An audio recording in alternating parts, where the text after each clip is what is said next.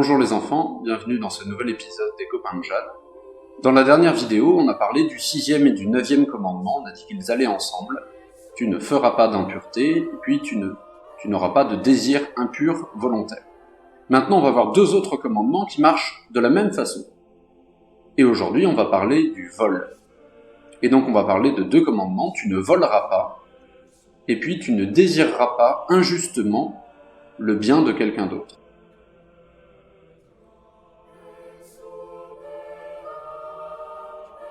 Et avant de parler de voler, il faut comprendre ce que ça veut dire posséder. Qu'est-ce que ça veut dire quand on dit « ça c'est à moi » Parce que vous voyez bien que si on ne comprend pas bien ça, on ne peut pas comprendre ce que ça veut dire voler quelque chose à quelqu'un, prendre ce qui est à quelqu'un d'autre. Si nous-mêmes on ne sait pas comment vraiment expliquer ce qui est à moi. Depuis le début de la création, depuis Adam et Ève, Dieu a permis aux hommes de posséder, d'avoir des choses. De toute façon, c'est un peu logique. Imaginez si vous n'aviez pas de nourriture, de maison, d'habits, vous ne pourriez pas vraiment vivre.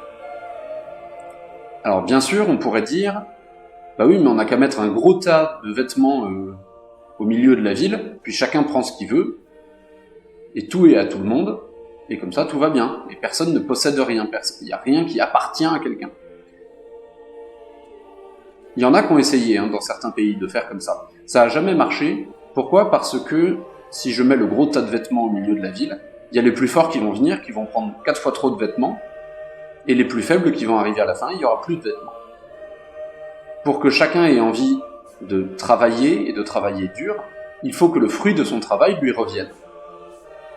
Imaginez votre papa qui travaille, et à la fin on lui dit « t'auras pas d'argent ». Et il n'a pas tellement envie de travailler. Si au contraire on lui dit « tu as bien travaillé, du coup on va te donner de l'argent », même si ça l'ennuie un peu d'aller travailler, il va aller travailler parce qu'il a besoin de cet argent pour acheter des choses. Bien sûr, parfois on peut travailler sans vouloir gagner d'argent. Ça s'appelle rendre service ou être bénévole. Et c'est très beau. Mais on ne peut pas faire ça toute sa vie. Si vos parents étaient tous les deux bénévoles et qu'ils n'avaient pas de métier qui leur fait gagner de l'argent à côté, ils ne pourraient pas vous acheter de quoi manger. Donc, quand on travaille, on gagne de l'argent. C'est normal. Un vendeur de bonbons, il vend ses bonbons et puis nous on lui donne de l'argent. Et l'argent, il est à lui. L'agriculteur qui a fait sa récolte de blé ou de maïs, le blé et le maïs, c'est à lui. Et puis il va pouvoir le vendre et gagner de l'argent avec ça. Et acheter d'autres choses. D'accord ? Donc, il y a plusieurs manières d'avoir quelque chose. Soit on l'achète, soit quelqu'un nous le donne. Par exemple, vos vêtements, ils sont à vous, et vous les avez pas achetés, vous les avez pas fabriqués non plus. Ce sont vos parents qui vous les ont donnés. Donc la troisième manière, c'est de les fabriquer soi-même. Comme on peut dire que l'agriculteur, le paysan, il fait lui-même sa récolte de maïs ou de blé. Il a fabriqué quelque chose. Ou le fabricant de chaises ou de tables, il vend des chaises et des tables qu'il a fabriquées lui-même. Donc vous voyez, soit on l'achète, soit on nous donne quelque chose, soit on le fabrique, soit on l'échange, mais à la fin, la chose est à nous. Ça, c'est très important à comprendre. Si c'est à moi, je peux en faire presque ce que je veux. Je dis presque parce qu'on va voir que, quand même, tout appartient au bon Dieu. Donc on n'a pas le droit d'utiliser les choses qui nous appartiennent pour faire de la peine au bon Dieu, pour faire des péchés. Même si les choses sont à nous. Mais, sinon, on peut faire ce qu'on veut. C'est-à-dire, si je dis, cette montre-là, elle est à moi, je peux la vendre si j'en ai envie, j'ai pas à demander la permission à quelqu'un. Je peux la casser avec un marteau si j'en ai envie. C'est un peu bête, parce qu'elle marche très bien, mais si j'ai envie, je peux. Parce que c'est à moi. Mais alors évidemment, pour vous, vous êtes encore trop jeune, donc même si vous possédez des choses, vous ne pouvez pas aller vendre vos vêtements sans demander la permission à vos parents, parce que c'est encore eux qui s'occupent de vous. Mais vous voyez bien ce que ça veut dire, posséder quelque chose, avoir quelque chose, c'est à moi, et j'en fais ce que je veux. Toutes ces choses que nous possédons, on a le droit de les posséder. puisqu'on les a achetés, on n'a pas triché, on n'a pas volé justement. Donc, puisqu'on a le droit de les avoir et qu'on les a, la loi les protège. La loi de l'État, qui interdit de voler, et la loi de Dieu, qui interdit de voler aussi. Dieu, pour être sûr qu'on soit bien sur terre, interdit aux gens de nous tuer, interdit aux gens de nous mentir, mais interdit aussi aux gens de voler ce qui est à nous. Vous voyez que le bon Dieu s'occupe de tout pour qu'on ait la vie la plus agréable possible. Bon, malheureusement, tout le monde ne respecte pas les commandements de Dieu. Mais si il respectait les commandements de Dieu, personne ne volerait ce qui est aux autres. Le problème, et même si ça peut paraître un peu surprenant, le vol, c'est un des péchés les plus faciles et les plus fréquents qu'on puisse commettre. Évidemment, je ne dis pas que c'est facile de cambrioler une banque, mais il y a plein de petits vols auxquels on peut ne même pas penser et qui sont, eux, plus faciles à commettre.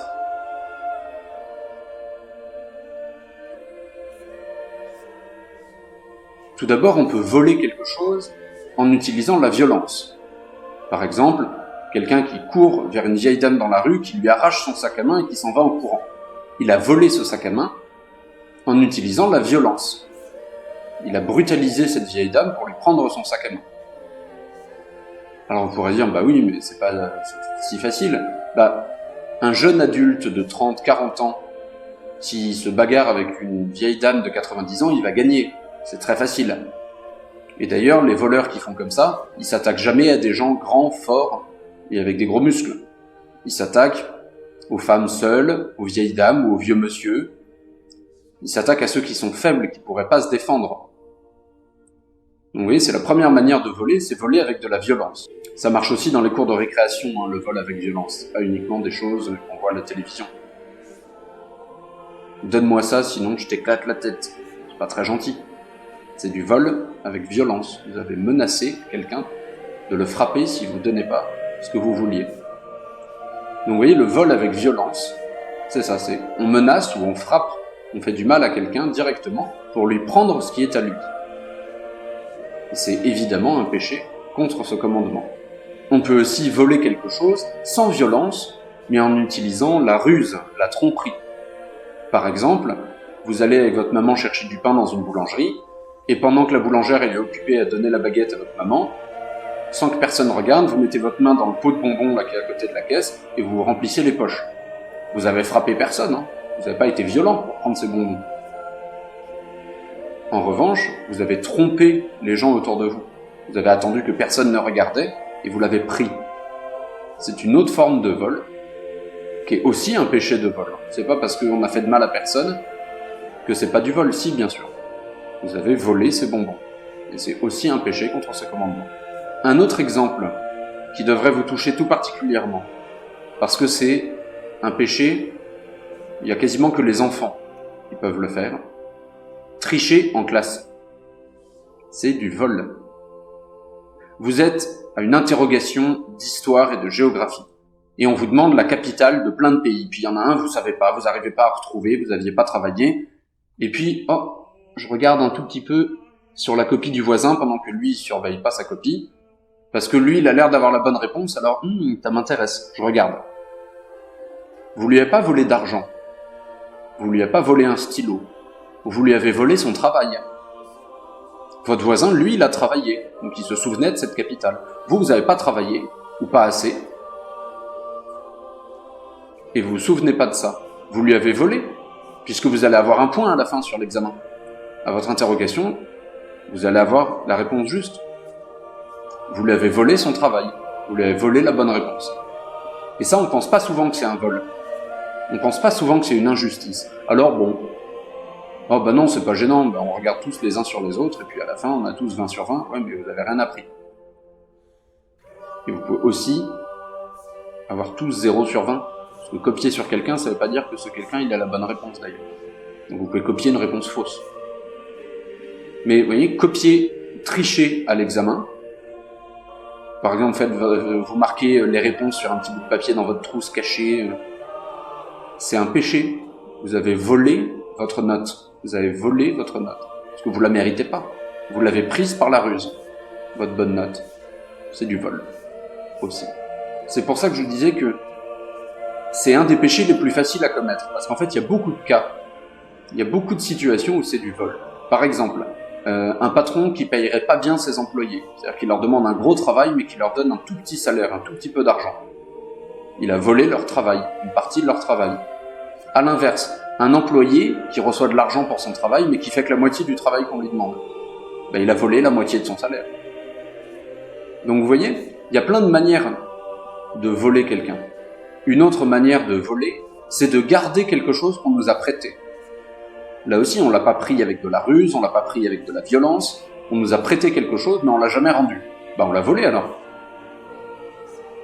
Un de vos copains de classe vous prête sa trottinette électrique, vous êtes super content, vous en servez, et si vous la redemande, il faut lui rendre. Si vous lui rendez pas, c'est du vol. Ou si vous attendez 25 ans pour lui rendre, c'est du vol.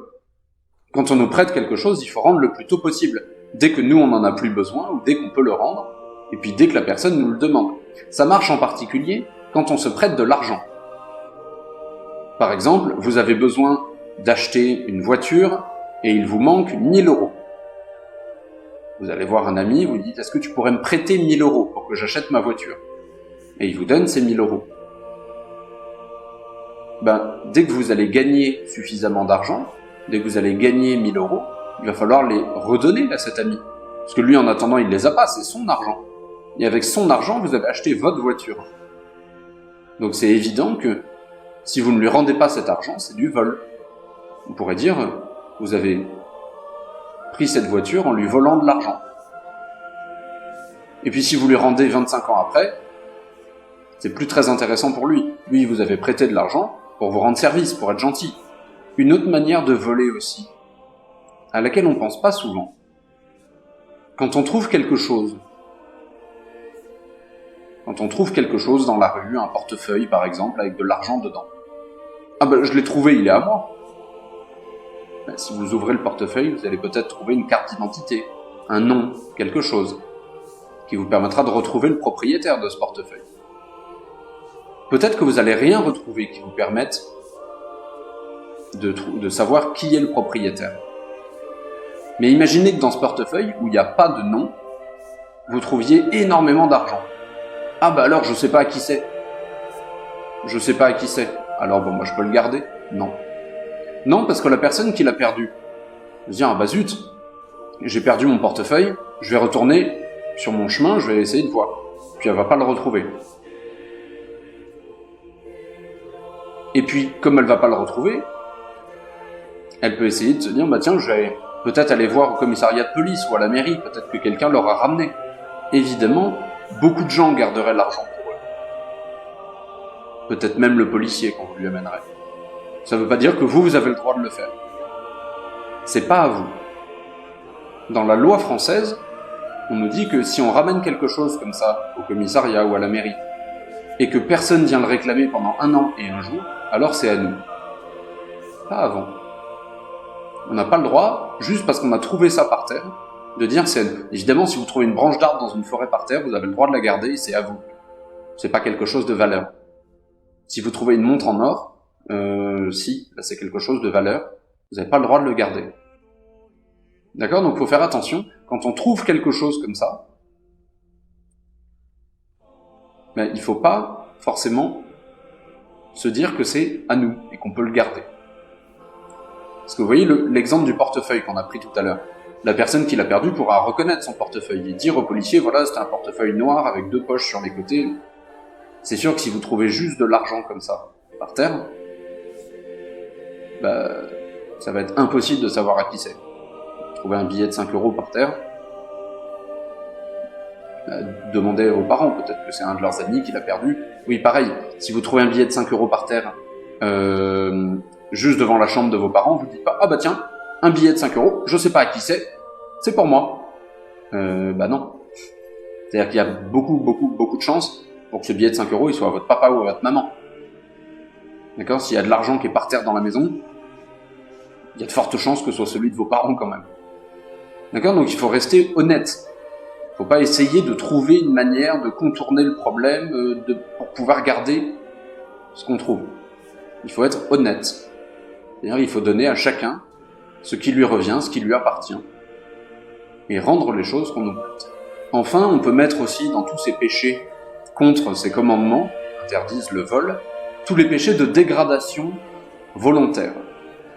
Dégrader quelque chose, c'est-à-dire le casser, l'abîmer, faire des tags sur les murs, casser, j'en sais rien, avec votre couteau, déchirer les sièges du train que vous prenez, c'est pas à vous.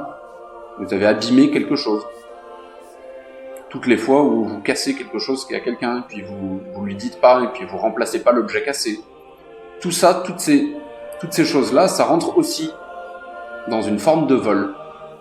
C'est pas à vous, et vous en avez fait quelque chose qui est pas bien, puisque vous l'avez cassé, vous l'avez abîmé. Donc c'est une forme de vol.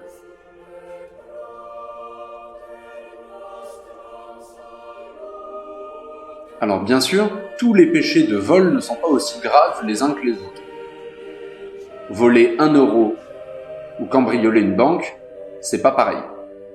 Évidemment. Donc plus la chose que vous volez a de la valeur, plus votre péché est grave. Donc c'est plus grave de voler 3 voitures que d'en voler 2.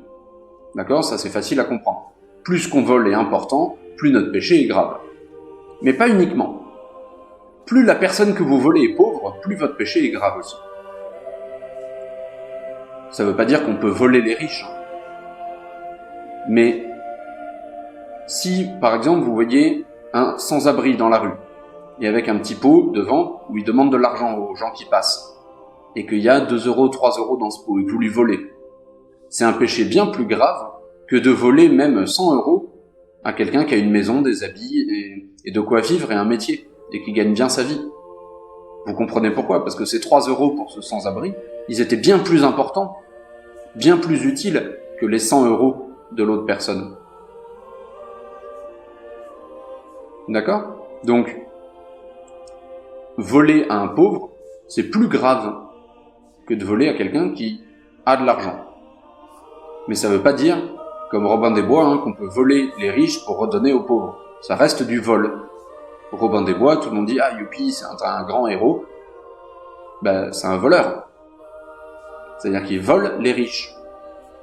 Alors peut-être que les riches sont très riches et les pauvres très pauvres, mais ils volent les riches pour donner de l'argent aux pauvres. Et ça, c'est une règle très importante. On n'a pas le droit de faire le mal pour qu'ensuite arrive un bien plus grand. Le mal, là, c'est voler. Même si c'est pour une bonne intention, pour donner de l'argent aux pauvres.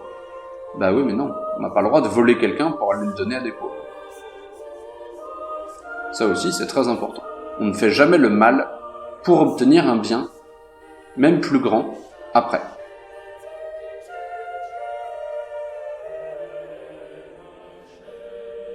Alors, maintenant, comment on peut réparer un vol ? Vous avez pris quelque chose à quelqu'un, la manière la plus logique de réparer votre vol, c'est de lui rendre. Mais il y a plusieurs problèmes. D'abord, parfois vous ne pouvez plus rendre.